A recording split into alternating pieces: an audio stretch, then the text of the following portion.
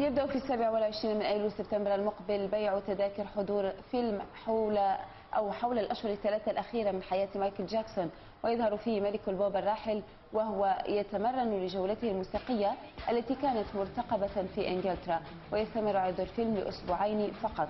وأوضحت الشبكة أن شركة سوني بدأت بإجراء تعديلات على الفيلم بعد أن سلمتها شركة IIG المسؤولة عن تنظيم حفل جاكسون في إنجلترا حوالي 100 ساعة من مشاهد الفيديو صورت بين نيسان أبريل وأيار مايو وحزيران يونيو 2009.